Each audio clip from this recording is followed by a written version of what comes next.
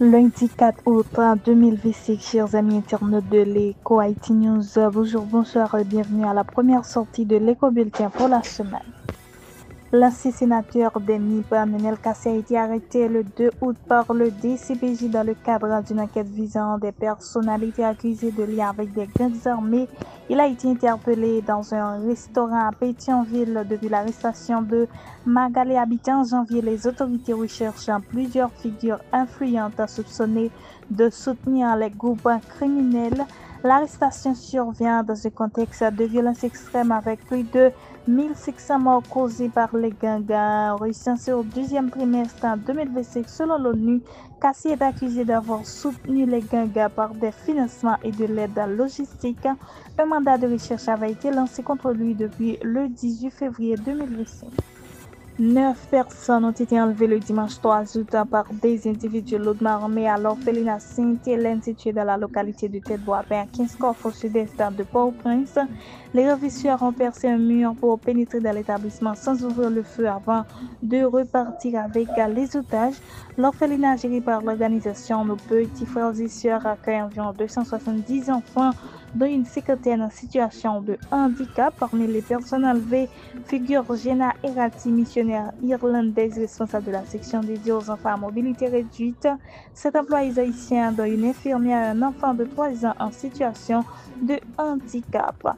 Jenna Erati, qui vit en Haïti depuis 1993, a pu brièvement contacter ses collaborateurs dimanche matin pour confirmer l'enlèvement. Aucune revendication ni demande de rançon n'a été formulée jusqu'à présent. La prison civile de Jacmel est confrontée à une urgence humanitaire sans précédent. En juillet 2025, 14 détenus y ont perdu la vie, tandis que plus de 200 autres souffrent de maladies graves, selon des informations confirmées par le Bureau d'assistance légale du Sud-Est. L'établissement, initialement conçu pour accueillir 120 personnes, en héberge aujourd'hui plus de 800. Franz commence un coordonnateur du bureau dit créer une situation de chaos absolu, dénonçant une surpopulation extrême, l'absence de soins médicaux ainsi qu'un accès limité à la nourriture et à l'eau potable.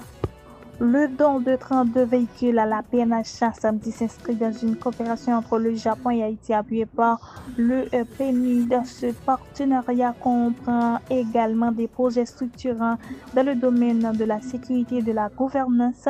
Parmi les initiatives en cours figurent la réhabilitation de l'École nationale de police, la construction de commissariats dans plusieurs régions du pays et l'amélioration des conditions de détention au Sermicole. Le Japon finance également l'aménagement de bases opérationnelles avancées pour renforcer la capacité de déploiement rapide de la PNH. Le président du Conseil présidentiel de transition, son Excellence M. Fritz Alphonse, accompagné du conseiller président Leslie Voltaire, de l'ambassadeur de Taïwan en Haïti, Shin Hao-Hu, du ministre de l'Éducation nationale, M. Antoine Augustin, ainsi que de la mairesse du Cap-Haïtien, Mme Yvose Pierre, a pris part le vendredi 1er août 2025 à la cérémonie de lancement officiel du projet de construction du nouveau bâtiment du lycée d'excellence du quartier Morin dans le département du Nord. Ce projet vise à doter le département d'une infrastructure moderne adaptée aux exigences de l'éducation d'aujourd'hui. Il marque une étape importante dans le renforcement d'une éducation de qualité dans la région. Le conseiller président Laurent Sinsira a pris part le jeudi 31 juillet 2025 à la cérémonie de clôture du forum d'engagement du secteur privé dans la réduction de la violence communautaire.